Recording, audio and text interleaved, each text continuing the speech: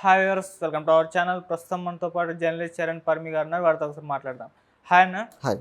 అన్న, మన వైసీపీ పార్టీలో మెయిన్ లీడర్స్లో కొంతమంది పేర్లు అయితే ఉంటాయి. అందులో మెయిన్ పేరు అయితే పెద్దిరెడ్డి గారి పేరు అయితే ఎప్పుడు వినిపిస్తూ ఉంటుంది.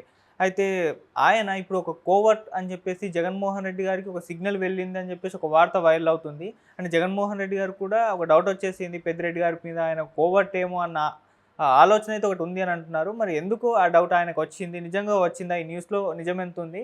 మరి పెద్దిరెడ్డి గారు ఎవరికి కోవర్ట్ అంటారు? ఏం చేస్తారు? ఈ వార్త ఒక వెబ్సైట్లో వచ్చింది, నేను చూసా. సో కొన్నిసార్లు వెబ్సైట్స్లో మనం ఆలోచించిన దానికన్నా చాలా ముందుకెళ్ళి ఆలోచించి రాస్తుంటారు అనమాట. అటువంటి వార్త ఇది.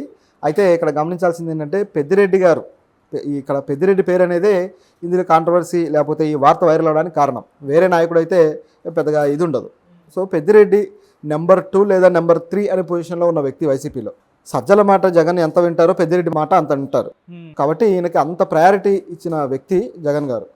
ఈసారి కూడా గమనిస్తే జగన్కి ఉన్న అమూల్యమైన 11 సీట్లలో ఈయన ఒకరు. సో అంత అమూల్యమైన వ్యక్తి. ఓకే. సో ఇది పరిస్థితి పెద్దిరెడ్డి గారిది. అయితే ఆయన కోవర్టా కాదా అనేది ఇప్పుడు అనుమానాస్పదంగా జగన్ ఫీల్ అవుతున్నాడు అనేది ఇందులో ఉన్న విషయం. కానీ గమనించి చూస్తే ఆ అవకాశం పెద్దగా కనపడదు. ఎందుకంటే పెద్దిరెడ్డి జగన్కి ఏ స్థాయి ఇది ఇచ్చాడంటే, కుప్పంలో చంద్రబాబును ఓడించే బాధ్యతను కూడా పెద్దిరెడ్డి మీదనే పెట్టారు. సో పైగా పెద్దిరెడ్డి సవాల్ చేశారు, చంద్రబాబు గారిని ఓడించి తీరుతాము, అలాగే హిందూపూర్లో బాలకృష్ణ గారిని కావచ్చు ఓడించి తీరుతానని చెప్పేసి సవాల్ కూడా చేశాడు. వాళ్ళు 100 కోట్లు ఖర్చు పెట్టుకున్నా సరే వాళ్ళ నియోజకవర్గాల్లో మేము ఓడిస్తామన్నాడు. అంటే అంత నమ్మకం జగన్కి ఇచ్చాడు ఆయన. ఇస్తే అది నమ్మి జగన్ గారు కూడా అక్కడికి పంపించి అక్కడ పొలిటికల్ స్ట్రాటజిస్ట్గా ఆయన రాజకీయ వ్యూహ రచన చేశాడు పెద్దిరెడ్డి. కానీ వర్కౌట్ అవ్వలేదు, ఏమాత్రం వర్కౌట్ అవ్వలేదు, గట్టిగా దెబ్బతిన్నారు.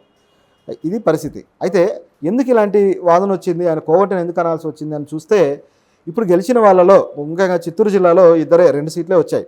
ఒకటి పొంగనూరు, రెండోది తంబాలపల్లె. సో ఈ రెండిట్లో కూడా పెద్దిరెడ్డి ఆయన సోదరుడు వచ్చారు. అయితే వీళ్ళిద్దరూ గెలిచారు, మిగతా వాళ్ళు ఎందుకు దెబ్బతిన్నారు అనేది ఎవరికి అర్థం కాకుండా ఉందన్నమాట. అయితే ఇక్కడ ఎందుకంటే ఒక రీజియన్లో వ్యతిరేకత వస్తే ఆ రీజియన్ మొత్తం రావాలి కదా, ఎందుకు వీళ్ళిద్దరు గెలిచారు అనేది డౌట్ వచ్చి జగన్ నిన్న జరిగిన మీటింగ్లో ఏవైతే పార్టీ సమావేశం ఏర్పాటు చేశారో అందులో ఆయన కొత్తగా అందరికీ పదవులు కూడా ప్రకటించారు కదా, పార్టీకి సంబంధించిన కొత్త క్యాడర్ని రూపొందించాడు.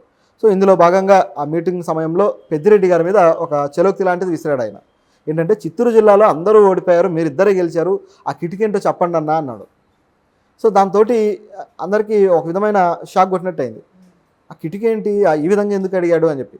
నిజానికి గెలిచినప్పుడు మెచ్చుకోవాలి, చాలా అద్భుతంగా గెలిచారు, మంచి స్ట్రాటజీస్ ఫాలో అయ్యారు మీరు, మిగతా ప్రాంతాల్లో కూడా ఫాలో అయ్యి ఉంటే బాగుండేది, లేకపోతే మీ సేవలు ఇంకా బాగా మేము ఉపయోగించుకోవాల్సింది, ఈ టైప్లో ఏదో మాట్లాడకుండా కిటుకు ఏంటి అన్నాడు.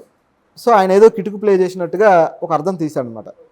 అయితే ఇందులో అది కూడా బహిరంగ సభలో అనడం, మామూలుగా అయితే ఇంటర్నల్గా అనొచ్చు వాళ్ళు, ఎందుకంటే కలుస్తూనే ఉంటారు కాబట్టి అక్కడ అనకుండా ఈ సభలో అందరూ వినేలాగా అనేసరికి అందరికీ ఏదో సిగ్నల్ ఇస్తున్నాడు జగన్ అన్నట్లుగా కనపడింది ఆయన గెలుపు విషయంలో.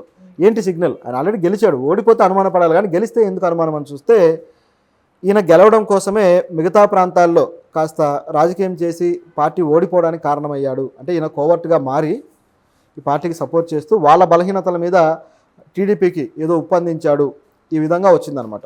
ఓకే. సో వాళ్ళ స్ట్రాటజీస్ వాళ్ళకు అనుకూలంగా ఉండేలా ఈయన చేసుకుంటూ వెళ్ళాడు అనేది ఈయన మీద ఉన్న జగన్కు ఉన్న డౌట్ అనేది ఆర్టికల్లో కనిపించింది.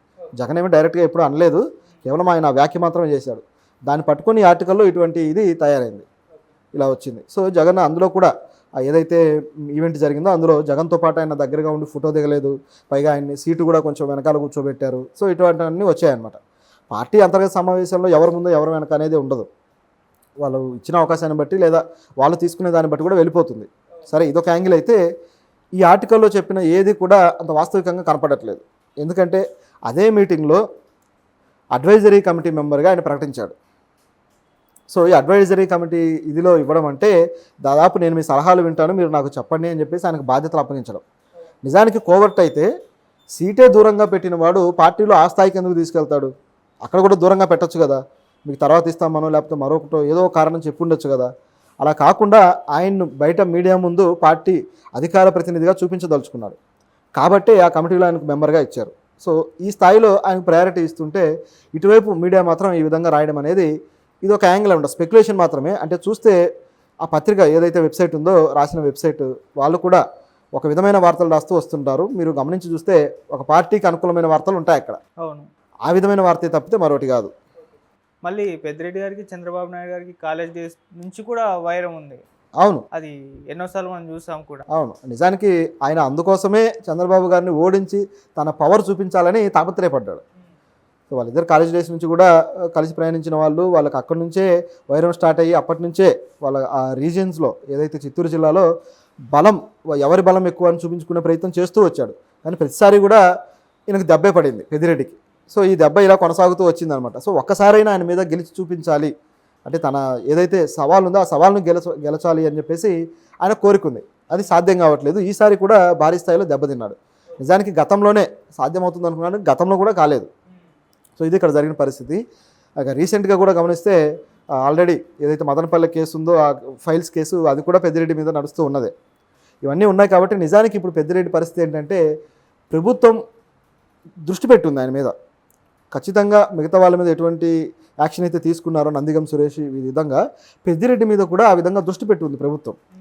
ఖచ్చితంగా ఏదో ఒక కొలిక్కి తీసుకొచ్చి ఆయన్ని అరెస్ట్ చేయాలనే ఆలోచన అయితే చంద్రబాబు గారికి తీవ్రంగా ఉంది.